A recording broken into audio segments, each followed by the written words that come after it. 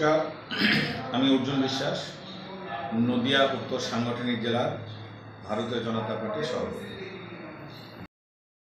নদিয়ার সাংগঠনিক নদিয়া উত্তর অর্থাৎ সাংগঠনিক জেলার যিনি সভাপতি আছেন অর্জুন বিশ্বাসের কাছে সরাসরি আমরা ওনার কাছে পৌঁছে গিয়েছিলাম এবং ওনার কিছু কথোপকথন আমরা আজকে দর্শকদের সামনে শোনাবো।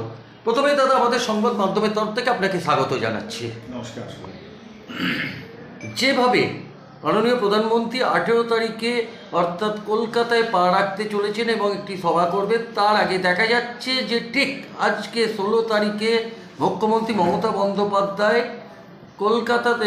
কলকাতা অর্থাৎ কলেজ স্কোয়ার থেকে ডোরিনা ক্রসিং অবধি একটি মিছিল বের করেছেন। কি মনে করছেন, রাজনৈতিক ইঙ্গিত সমীকরণ কি বলছে আপনাদের আজকে? মমতা ব্যানার্জি যেটা করছে এটা একটা নাটক করছে। শুধু তাই নয়, এটা বাঙালি আবেগকে 2026 সালের ভোটকে সামনে রেখে বাঙালি আবেগকে কাজে লাগানোর চেষ্টা করছে। অর্থাৎ ভোট ব্যাংকের রাজনীতি সারা জীবন করে এসছে, এখনো সেটাই করছে। উনি যেটা বাংলাদেশে থেকে যারা অনুপ্রবেশ এবং রোহিঙ্গারা এসছে, এই তৃণমূলের জামানায় টাকার বিনিময়ে হাজার হাজার টাকার বিনিময়ে তাদের রেশন কার্ড থেকে শুরু করে তাদের ভোটার লিস্টের নাম থেকে তোলা থেকে শুরু করছে, আধার কার্ড সব করে দেওয়া হচ্ছে তৃণমূলের নেতারা। এবং মিডিয়াতে প্রকাশ্যে সভাতেও তৃণমূলের অনেক নেতা এটা ঘোষণা করছে। তাই আমরা বলবো, যে কাজটা করার কথা ছিল মমতা ব্যানার্জির, যারা অনুপ্রবেশ তাদেরকে এখান থেকে সঙ্গে সঙ্গে পুশব্যাক করার কথা ছিল, কিন্তু তা না হয়ে এরা এখানে নাগরিকত্ব পেয়ে ভোটার লিস্টে নাম তুলেছে, আধার কার্ড করছে, ভোটার কার্ড করছে, সব কিছু করার পরে এখান থেকে এই পশ্চিমবঙ্গে কোনো শিল্প নেই, কোনো কর্মক্ষেত্র নেই।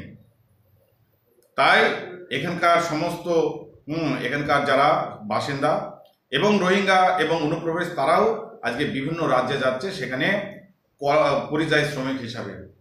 কিন্তু সেখানে যাওয়ার পরে কি হচ্ছে, সেখানে তারা আধার কার্ড দেখতে চাচ্ছে, ভোটার লিস্টে নাম দেখতে চাচ্ছে, তাদের প্রশ্ন করছে, দেখা যাচ্ছে যে প্রশ্নের পরে তাদের প্রকৃত পরিচয় যখন দেখা যাচ্ছে তারা সবাই বাংলাদেশি অর্থাৎ অনুপ্রবেশ রোহিঙ্গা।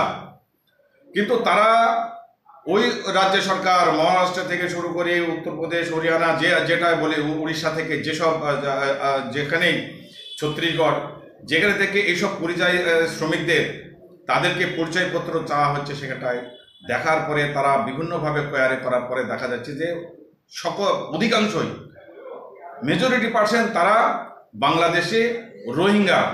তাই তাদের এই বাংলাদেশি রোহিঙ্গাদের ফেরত পাঠানোর জন্য যেটা মমতা ব্যানার্জির করার কথা ছিল, সেইটা এখন ওইসব রাজ্যে যেখানে পরিযায়ী হিসাবে পশ্চিমবঙ্গ থেকে যারা গেছে সেখানে পরিযায়ী হিসাবে তাদেরকে করতে হচ্ছে সেই সরকারকে। এটা আমাদের দুর্ভাগ্য।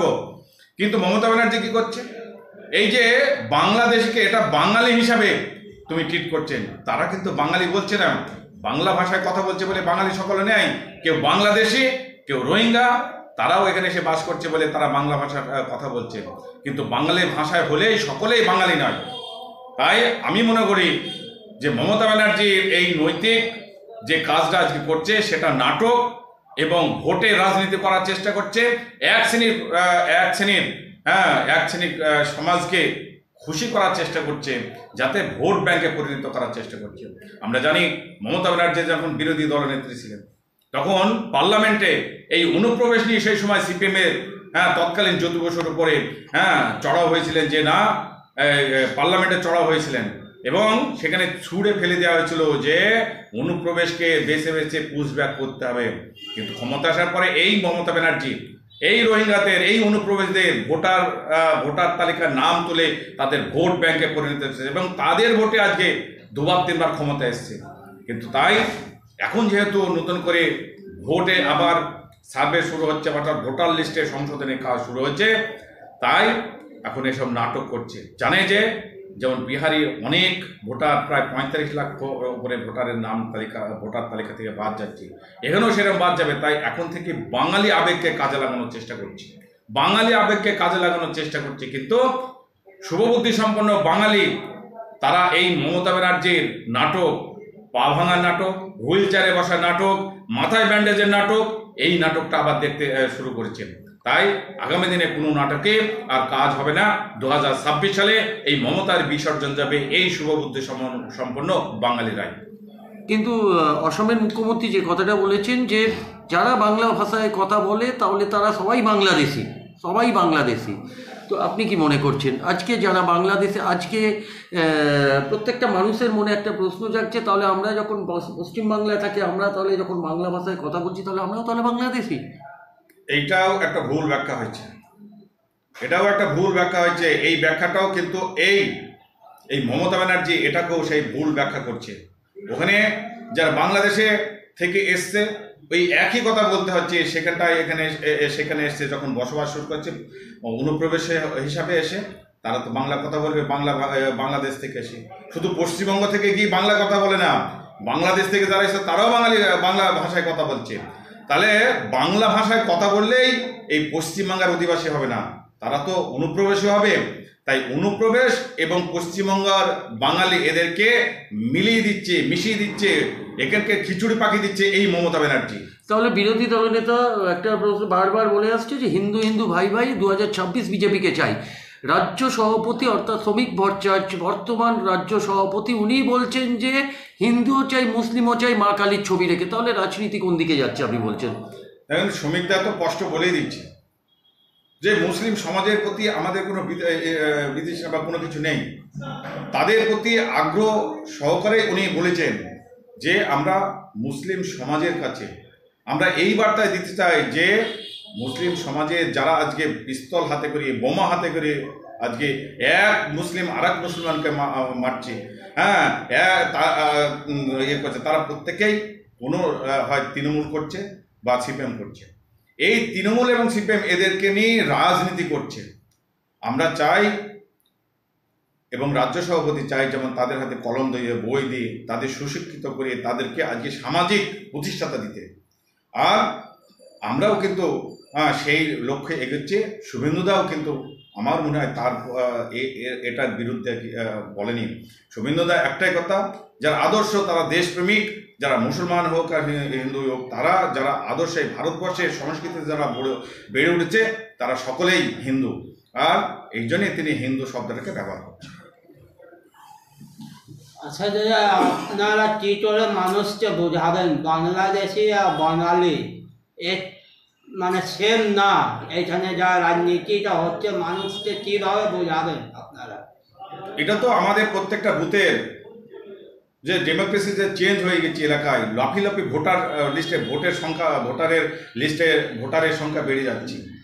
হ্যাঁ, তাই এইটা আমরা যারা রোহিঙ্গারা এসছে, বাংলাদেশিরা এখানে এসছে, নাম তুলে নিচ্ছে, এটা কিন্তু এলাকার শুভবুদ্ধি সম্পন্ন মানুষ কিন্তু এটা জানে। একমাত্র তার বিরুদ্ধে আমাদের ভারতীয় জনতা পার্টির তার বিরুদ্ধে আন্দোলন যে বাংলাদেশে যারা অনুপ্রবেশ তাদেরকে বাংলাদেশে ফেরত পাঠাতে হবে, যারা রোহিঙ্গা তাদেরকে ফেরত পাঠাতে হবে, যারা ধর্মীয় কারণে ওখানে নিপীড়িত হয়ে অর্থাৎ এখানে এই ভারতবর্ষে আসছে আজকে পাকিস্তান থেকে আজকে বাংলাদেশ থেকে, তাদেরকে সিএ আওতায় নিয়ে এসে তাদেরকে ভারতীয় নাগরিকত্ব দেওয়া হবে। আর আমরা তাদেরকে ট্রিট করছি, তারা এখানে ভোটার লিস্টে তাদের নাম থাকবে।